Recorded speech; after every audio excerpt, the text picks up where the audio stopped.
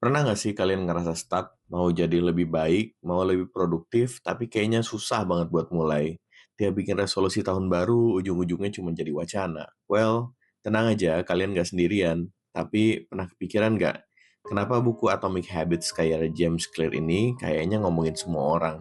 Dari influencer, CEO, sampai teman nongkrong, semua pada ngerekomendasiin buku ini. Sus banget kan? Emangnya seajaib apa sih buku ini? Hari ini kita bakal bongkar rahasia di balik buku yang katanya bisa ngerubah hidup ini. Jadi, apa sih inti dari Atomic Habits? Gampangnya gini, lupakan perubahan besar yang bikin pusing. James Clear ngajarin kita buat fokus ke perubahan super kecil, cuma 1% lebih baik setiap hari. Kedengarannya sepele ya, cuma 1%. Apaan tuh? Tapi justru di situ lah letak kekuatannya. Coba deh bayangin, kalau setiap hari kamu jadi 1% lebih baik, dalam setahun kamu bakal jadi 37 kali lebih baik dari sekarang. Gila kan? Sebaliknya, kalau kamu hari ini kamu 1% lebih buruk, dalam setahun kamu bakal nyaris jadi nol. Ini yang disebut efek bola salju.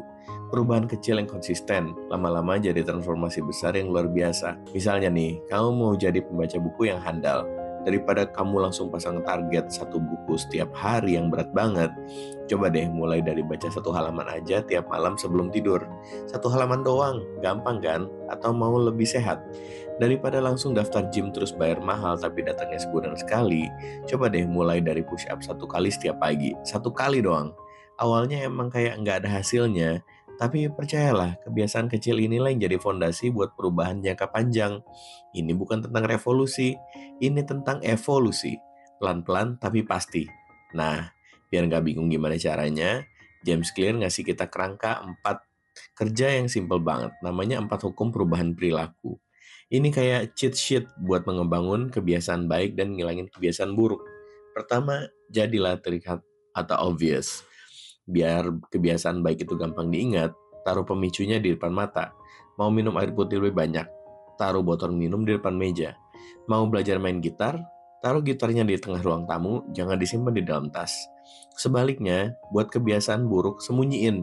Mau ngurangin main HP, simpan HP-nya di ruangan lain pas lagi kerja. Simple kan? Hukum kedua, jadikan menarik atau atraktif. Otak kita itu suka sama hal-hal yang menyenangkan. Jadi kita harus bisa ngehack otak kita sendiri. Caranya, gabungin kebiasaan baru yang kita bangun sama sesuatu yang sudah kita suka. Misalnya, kamu mau nonton Netflix, tapi harus lebih sering olahraga. Bikin aturan, aku cuma boleh nonton episode baru serial favoritku setelah aku jalan kaki 15 menit. Atau kamu juga bisa gabung ke komunitas yang punya tujuan sama. Kalau teman-teman di sekitar kamu pada rajin olahraga, kamu pasti bakal ketularan semangatnya. Ini soal menciptakan aura positif di sekitar kebiasaan baru kita. Lanjut ke hukum ketiga, jadikan mudah atau easy. Manusia itu dasarnya males guys. Kita pasti lebih sering jalan yang paling gampang. Jadi kurangin gesekan buat ngelakuin kebiasaan baik. Contohnya mau jogging pagi, siapin baju dan sepatu olahraga dari malam sebelumnya. Jadi pas bangun tinggal pakai langsung berangkat. Nggak ada lagi drama nyari kaos kaki. Sebaliknya, buat kebiasaan buruk, tambahin gesekannya. Mau berhenti pesan makan online, hapus aplikasinya dari HP. Jadi kalau mau pesan harus download lagi, login lagi, ribet kan? Pasti jadi mikir 2 kali. Terakhir, hukum keempat, jadikan memuaskan atau satisfying. Kita bakal ngulangin semua perilaku kalau kita dapat imbalan yang memuaskan setelahnya. Masalahnya, imbalan dari kebiasaan baik itu seringkali datangnya lama. Solusinya, bikin kepuasan instan. Misalnya, setiap kali kamu berhasil nggak ngerokok seharian, masukin uang yang tadinya buat beli rokok ke celengan khusus. Ngelihat uang yang ngumpul itu rasanya puas banget. Atau pakai habit tracker. Setiap kali selesai ngelakuin kebiasaan, kasih tanda centang. Percaya deh, ngelihat deretan centang itu bisa bikin ketagihan dan ngerasa jadi seorang Sigma yang disiplin. Salah satu konsep paling keren di buku ini adalah perbedaan antara sistem dan tujuan. Banyak dari kita terlalu fokus sama tujuan. Aku mau nurunin berat badan 10 kilo, aku mau dapat nilai A, aku mau menang kompetisi. Nggak ada yang salah sebenarnya sama tujuan, tapi tujuan itu cuma hasil akhir. Yang lebih penting adalah sistemnya, yaitu proses yang kita lakuin setiap hari buat mencapai tujuan itu. James Clear bilang, you do not rise the level of your goals, you fall to the level of your systems. Keren banget kan? Artinya, kamu nggak akan mencapai tujuanmu cuma dengan menginginkannya, tapi kamu akan mentok di level sistem yang kamu punya. Kalau sistem kamu bagus, tujuan itu bakal tercapai dengan sendirinya. Pikirin deh, Seorang pelari maraton yang menang tujuannya sama kayak semua pelari lain, jadi juara. Yang bikin dia beda adalah sistem latihannya yang konsisten setiap hari, pola makannya, jam tidurnya. Itu sistemnya. Ketika tujuan sudah tercapai, misalnya udah menang medali emas, terus apa? Kalau cuma fokus di tujuan, motivasi bisa langsung hilang. Tapi kalau kamu sudah punya sistem yang kuat, kebiasaan itu bakal terus berlanjut. Kamu nggak lari lagi buat menang, kamu lari karena kamu adalah seorang pelari. Identitasmu udah berubah. Jadi, daripada cuma mikirin, aku mau jadi penulis, coba deh bangun sistemnya. Aku akan menulis 500 kata setiap pagi. Daripada mikirin, aku mau punya badan bagus, bangun sistemnya. Aku nggak akan pernah bolos olahraga 2 kali berturut-turut. Fokuslah membangun sistem yang solid, maka hasil yang luar biasa akan mengikuti. Ini bukan cuma tentang mencapai sesuatu, tapi tentang menjadi seseorang. Kamu membangun identitas baru lewat kebiasaan-kebiasaan kecil yang kamu lakukan setiap hari. Punya risk yang beda dari sebelumnya. Dampak nyata dari buku ini tuh bukan main-main, guys. Jutaan orang di seluruh dunia merasa hidupnya berubah setelah menerapkan prinsip-prinsip Atomic Habits. Buku ini udah diterjemahin ke lebih dari 50 bahasa. Jadi bukti kalau konsepnya itu universal, bisa diterapin sama siapa aja, di mana aja.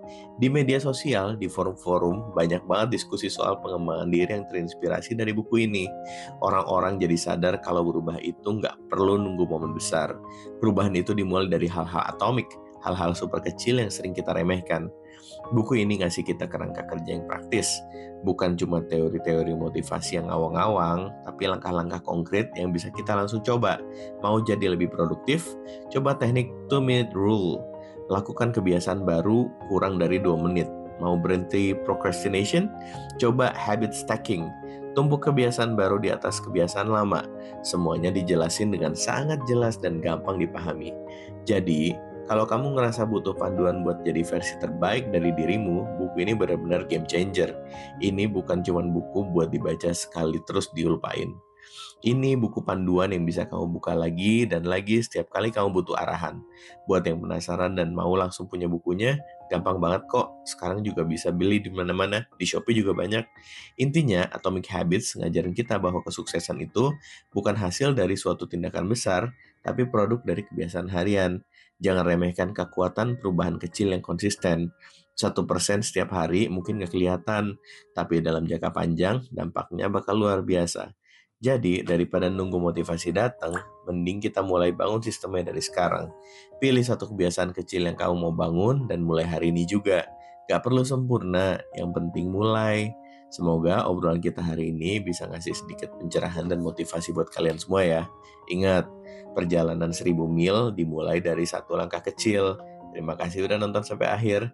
Jangan lupa like, comment, and subscribe biar kita bisa terus belajar bareng. Sampai jumpa di video selanjutnya.